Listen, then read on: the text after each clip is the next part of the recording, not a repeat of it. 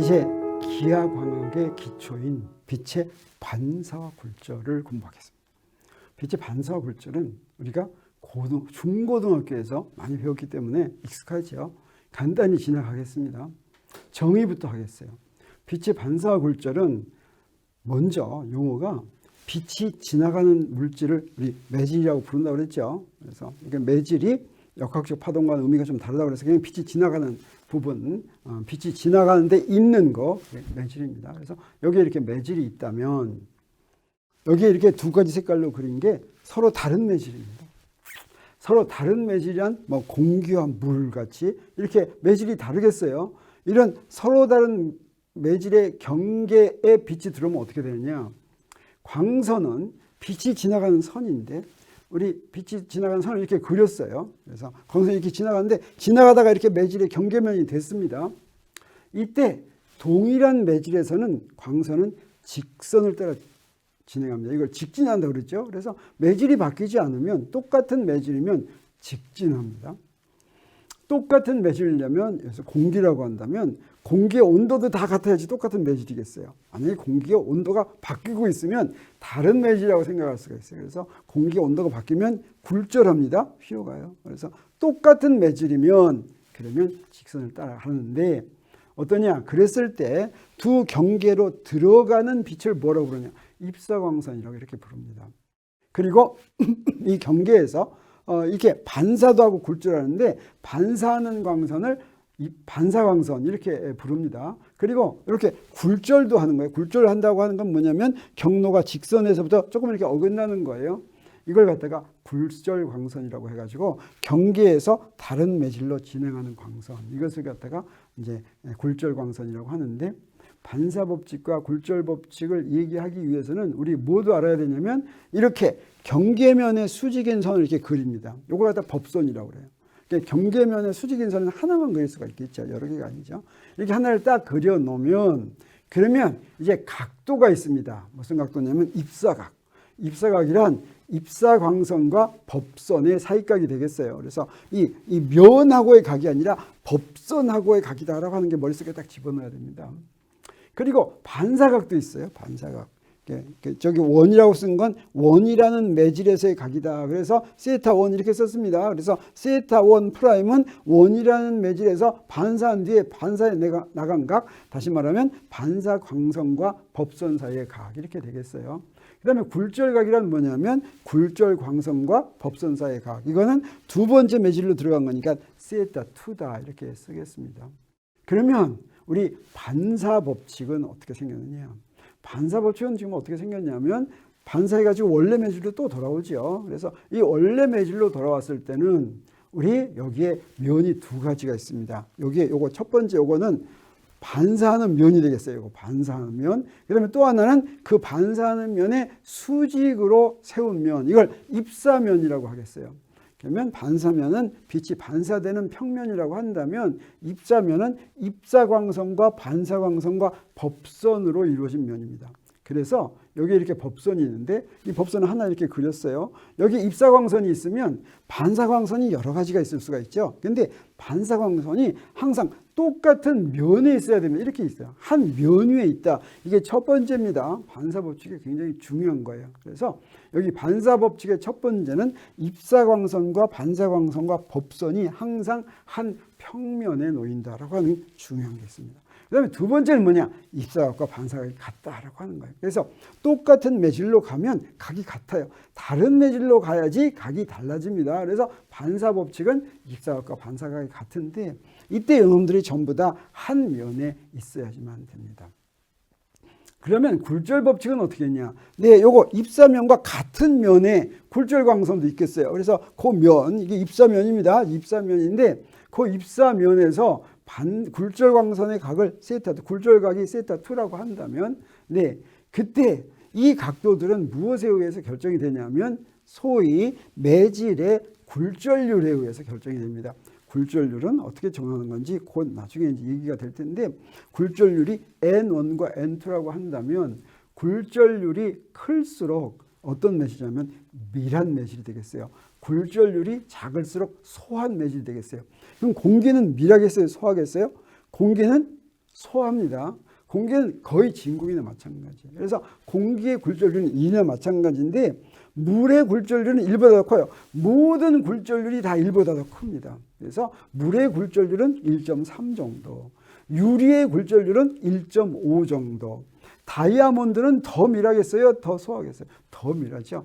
다이아몬드의 굴절률은 한 5에서 7 정도 이렇습니다. 그래서 밀할수록 굴절률이 더 크다 이렇게 생각할 수가 있는데 빛이 이 경계면에 두 매질의 경계면에 들어오면 일부는 반사하고 일부는 굴절합니다. 전부 다 반사하거나 전부 다 굴절하지 않고 반드시 일부는 반사하고 일부는 굴절하는데 이때 굴절 법칙은 뭐 어떻게 만족하냐. 이게 바로 입사각과 굴절각에 대한 법칙이 되겠어요.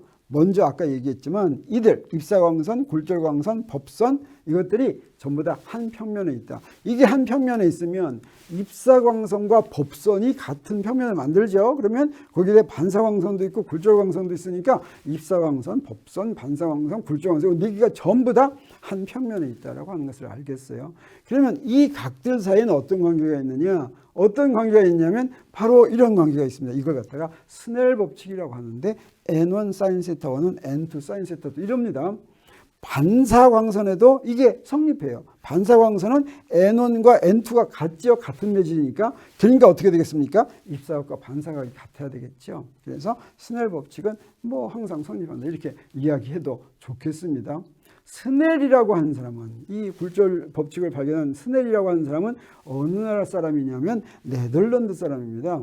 그 나라에서는 스넬리우스 이렇게 부르는 사람인데 천문학자이자 수학자이고 빛의 굴절 법칙으로 유명한 사람인데 보통 영어권에서 이 사람 뭐라고 부르냐면 스넬 이렇게 부릅니다. 그래서 스넬 법칙 이러는데 이 스넬은 부친의 뒤를 이어서 네덜란드의 라이덴 대학 수학과 교수로 재직했던 사람이고 굉장히 똑똑했던 사람이에요. 그래서 멀리 떨어진 두 위치를 지는 평행선, 지구에서 있는 평행선이 사실은 약간 차이 나죠. 그 사이각이 있죠. 거기서부터 지구의 반지름을 추론한다든지 원주율 파이를 구하는 새로운 방법을 개발한다든지 하는 그런 일도 해낸 사람인데 이 스넬 법칙을 1621년에 발견했다고 합니다. 그렇지만 스넬이 이 법칙을 논문으로 발표하지 않았어요.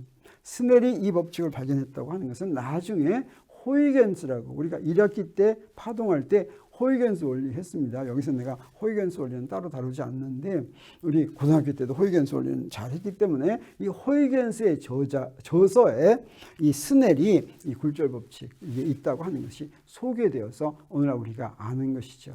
그러면 스넬 법칙은 이제 이렇게 생겼는데 이 스넬 법칙을 이해하기 위해서 우리 여기 사인 세타, 코사인 세타, 이게 사인 세타 이렇게 쓰면 잘 이해가 안 되죠. 그래서 우리 반지름이 1인 원을 그려보겠어요. 그러면 요 크기가 다 1이라고 이렇게 생각하면 여기서 여기까지의 거리.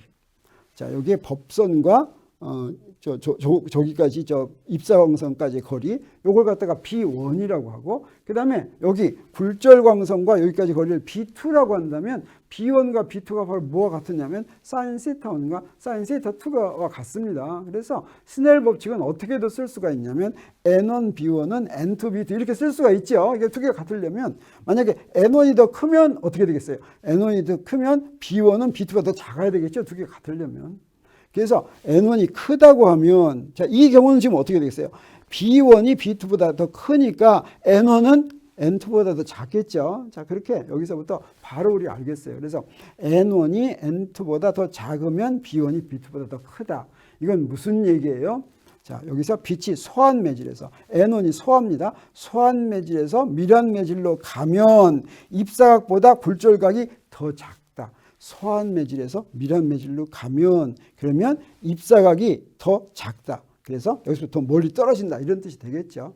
반대로 밀한 매질에서 소한 매질로 가면 어떻게 되겠어요? 밀한 매질로 소한 매질로 가면 입사각보다 굴절각이 더 크다라고 하는 것을 알 수가 있겠죠. 그래서 소하냐 밀하냐에 따라서 굴절되는 광선이 쭉 연장한 선보다 법선 쪽으로 더 가는지 아니면 경계면 쪽으로 더 가는지를 우리가 알 수가 있겠죠.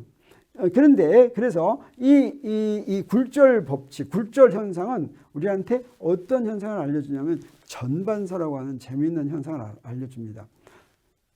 이거 영어로 얘기하면 더 좋은데 반사는 영어로 뭐예요? 리플렉션입니다. 리플렉션. 굴절은 영어로 리프렉션이에요. 리프렉션. 그래서 리플렉션.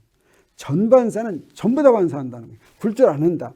이걸 영어로는 토탈 리플렉션 이렇게 이야기합니다. 이 토탈 리플렉션은 어떤 현상이냐면 두 매질의 경계 면에서 굴절은 하지 않고 전부 반사하는 현상. 이걸 갖다가 전반사라고 합니다. 그래서 여기 이런 거예요. 여기 물이 있고 공기가 있는데 여기다 레이저를 비춰줄 것 같으면 어때요?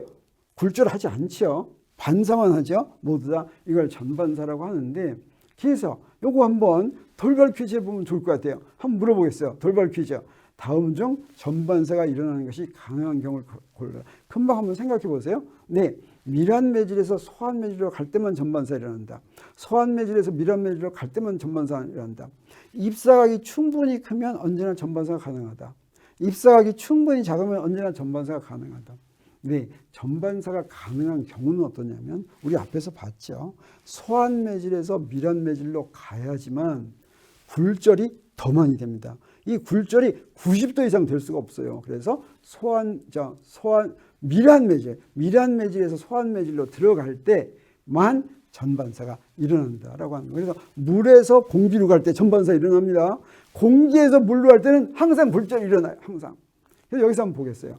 이 특히 전반사의 임기각이 어떤 거냐면 자, 여기서 전반사가 있는데 전반사가 일어나는 최소의 입사각이 전반사의 임기각이에요. 그러면 전반사가 일어나는 최소의 입사각은 언제 생기냐면 90도일 때 생기는데 자 여기서 스넬 법칙에서 입사각이 그 굴절각이 90도 이거 쓰겠어요? 그러면 저 임기각은 뭐가 되냐면 사인 세타는 n1분의 n2 이럽니다. 근데 사인 값은 어때요? 항상 1보다 작아야 되죠. 그러려면 어떻게 해야 돼요? n1이 n2보다 더 커야 되죠. 그래야지 1보다 작죠.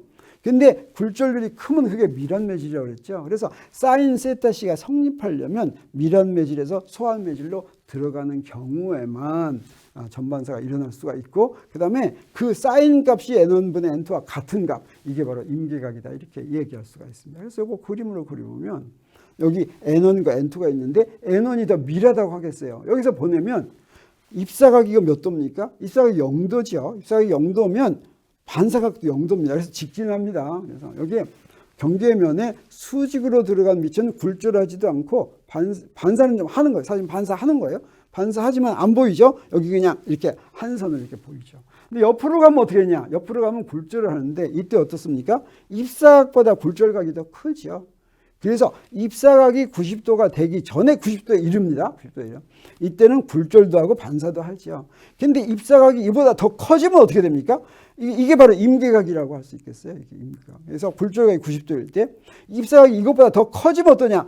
굴절각이 90도가 더 커져야 되기 때문에 굴절할 수가 없어요. 이게 반사밖에 안 한다. 이렇게 얘기할 수가 있어요. 그래서 이걸 갖다 뭐라고 부르냐면 전반사다라고 부르는 것이죠. 이렇게 빛의 두 경계면에서 두 매질의 경계면에서 빛의 반사 법칙과 굴절 법칙 다 이해했다고 할 수 있겠죠. 정리하면 이렇습니다. 빛은 두 매질의 경계면에서 반사 굴절한다라고 하는 것이죠. 반사 법칙은 입사광선, 법선, 반사광선이 한 평면에 놓이고 입사각과 반사각이 같다라고 하는 것이고 굴절 법칙은 어떻습니까? 이것들이 한 평면에 놓이고 입사각과 굴절각이 스넬 법칙을 만족한다라고 하는 것이죠. 그리고 경우에 따라서는 전반사를 할 수가 있는데 언제만 가능해요? 밀한 매질에서 소한 매질로 우리 외울 때 물에서 공기로 갈 때만 전반사가 일어난다라고 하는 것을 우리 반사와 굴절 법칙에서부터 알 수가 있습니다.